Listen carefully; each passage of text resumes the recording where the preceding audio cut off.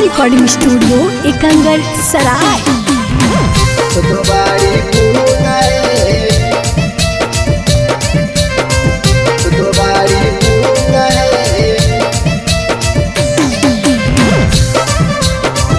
Presented by किसका films.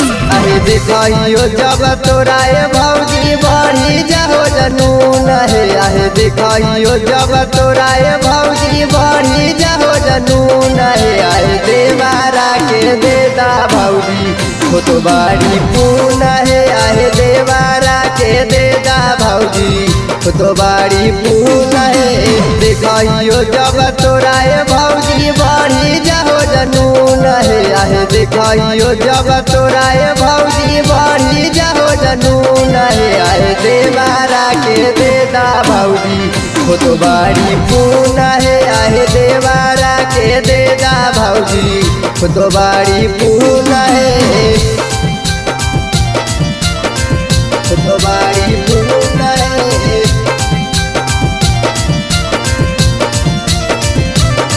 अरे देवारा के देदा भौजी हो तो बाड़ी पून है। अरे देवारा के देदा भौजी हो तो बाड़ी पून है। प्यारा में दे दे हई छौरीन सब धोखा है।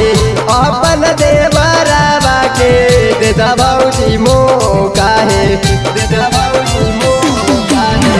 प्यारा में दे दे हई छौरीन सब धोखा है। अपन देवारा बाके देदा भौजी मौका है। अरे जावन जावन मंगा बुची जवन के देव चुन चुन है। अरे जावन जावन मंगा बुची जवन के देव चुन चुन है। अरे देवारा के देदा भौजी हो तो बाड़ी पून है। अरे देवारा के देदा भौजी हो तो बाड़ी पून है। हो तो बाड़ी पून है।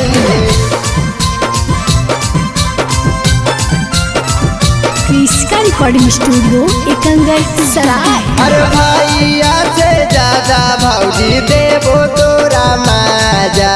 दिन हो तो रात चाहे करके बंद दरवाजा।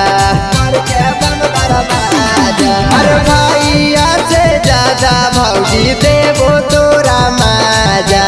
दिन हो तो रात चाहे करके बंद दरवाजा।